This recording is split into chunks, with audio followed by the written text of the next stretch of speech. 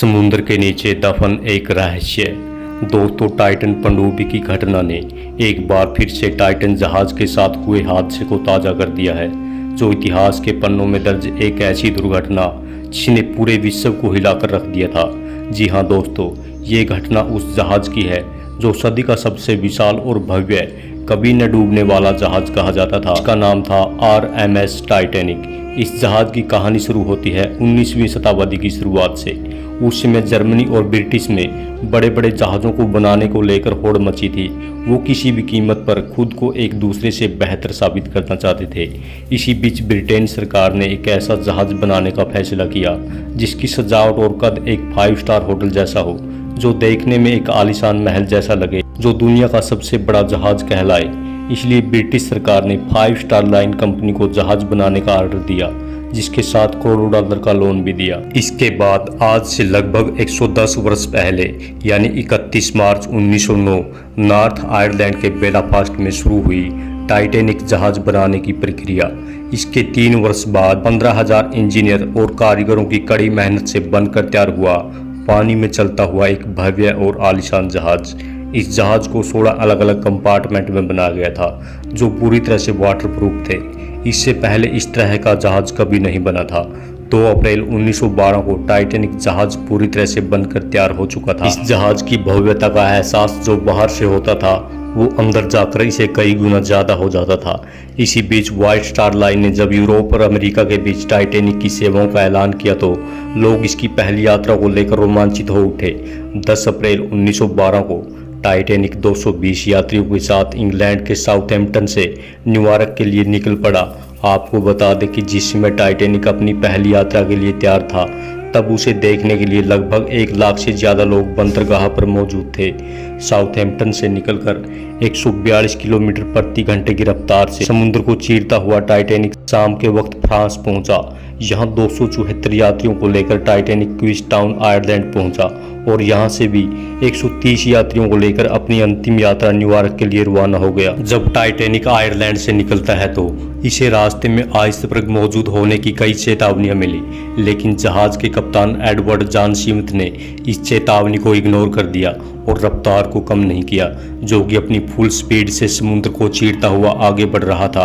रात होते होते लगभग चेतावनियों वाले संदेश कप्तान एडवर्ड को अन्य जहाज़ों से आ चुके थे, लेकिन कैप्टन एडवर्ड ने अपने ओवर कॉन्फिडेंट की वजह से न तो इसकी गति को कम किया और न ही चेतावनी को गंभीरता से लिया, क्योंकि कैप्टन स्मिथ अपनी रिटायरमेंट और टाइटैनिक की प्रतिष्ठा को यादगार बनाना चाहते थे, जिसे कि नया रिकॉर्ड कायम हो सके और इसे सदी का सबसे तेज जहाज होने का दर्जा भी दिलवाना चाहते थे। 14 अप्रैल की उस गहरी रात में कैप्टन स्मिथ ने सुरक्षा के लिहाज से जहाज के 2 क्रू मेंबर फ्रेडरिक फ्लिट और वेगम आर्ली को जहाज के ऊपर निगरानी के लिए तैनात किया, ताकि वह किसी भी खतरे की सूचना कैप्टन को दे सके।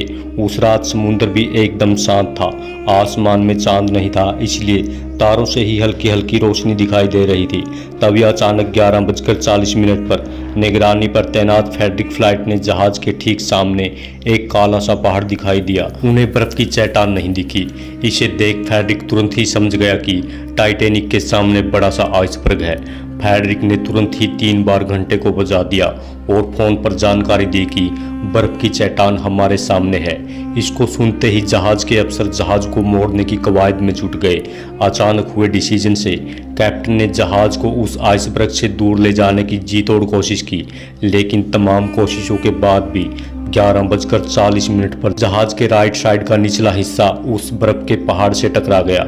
यह टकराव इतना जोरदार था कि इसने 3rd क्लास में बैठे यात्रियों को एक बड़ा सा झटका दे दिया। यात्रियों को इसके टकराने का तब पता चला जब जहाज को रोका गया और इसके सारे इंजन बंद कर दिए गए। जैसे ही यह खबर लोगों में फैली कि जहाज टकरा गया है तो लोग घबरा गए। पूरे जहाज में अफरा तफरी का माहौल बन गया। लोग अपनी जान बचाने की कवायद में जुट गए।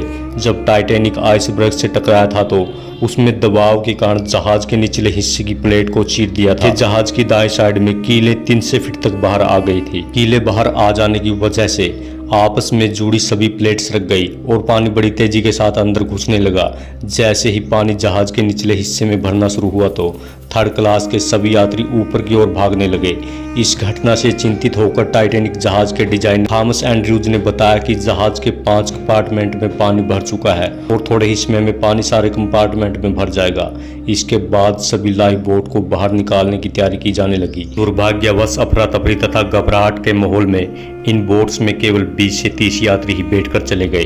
बाद में इस पर सवाल उठा कि कैप्टन स्मिथ को अच्छी तरह से मालूम था कि जहाज में कितनी बोट्स हैं और कितने यात्री थे, फिर भी नावों में कैपेसिटी के अनुसार यात्रियों को नहीं बैठाया गया, जिस वजह से ज़्यादा लोगों की जानें चली गई। उस रात जहाज पर चारों तरफ से खौफ का माहौल था, लेकिन इसी बीच म्यूजिशियन का एक दल अपनी जिंदगी की परवाह न करते हुए संगीत की धुनों को बजा रहा था, ताकि मरने वाले लोगों को अपने अंतिम समय में थोड़ी राहत मिल सके। दूसरी तरफ जहाज में 5 से ज़्यादा कंपार्टमेंट में पानी भरने से जहाज के आगे का हिस्सा 10 डिग्री तक डूब चुका था, जिससे जहाज के पिछले वाला भाग ऊपर उठने लगा। लगातार बढ़ते दबाव के कारण 2:20 टाइटैनिक बीच से टूटकर अलग हो गया। इस तरह कभी न डूबने वाला ये जहाज मात्र 2 घंटे 40 मिनट के अंदर ही समुद्र की गोद में समा गया। इस दुखद घटना में 5 से 17 लोगों को अपनी जान गंवानी पड़ी, जिसमें अधिकतर लोग डूबने से नहीं बल्कि 2 डिग्री सेल्सियस के ठंडे पानी में जमने के कारण मारे गए। टाइटैनिक के डूबने के बाद करीब 710 लोग जिंदा बच पाए थे। अब तक टाइटैनिक के डूबने की अलग अलग थ्योरी सामने आती रही है, जिनमें से कोई इस घटना का जिम्मेवार कैप्टन स्मिथ को मानता है। कोई कहता है कि टाइटैनिक की बनावट और घटिया क्वालिटी के मटेरियल इस्तेमाल किए गए, जिसकी वजह से ये जहाज डूबा। लेकिन सन 2010 में शोधकर्ताओं की एक टीम ने लाखों डॉलर के आधुनिक रोबोट्स और कई हाई डेफिनेशन वाले कैमरों की मदद से नॉर्थ अटलांटिक ओशियन रडार तकनीक से स्कैन करके 15 किलोमीटर तक के क्षेत्र का एक मैप बनाकर टाइटैनिक के हर छोटे बड़े टुकड़ों को 1,50,000 फोटोज और वीडियो इकट्ठा करके टाइटैनिक के मलबे के हर छोटे बड़े टुकड़ों का अध्ययन किया। और लगभग 2 साल की कड़ी मेहनत के बाद सन 2012 में इस टीम ने टाइटैनिक को वर्चुअली तैयार करके इसके डूबने की असली वजह को जानने का प्रयास किया। टाइटैनिक के डिजाइन और उसको बनाने में यूज हुए मटेरियल पर कई तरह के एक्सपेरिमेंट के बाद टीम ने पाया कि इसके डिजाइन में कोई भी कमी नहीं थी और न ही इसमें इस्तेमाल किया गया मटेरियल घटिया क्वालिटी का था।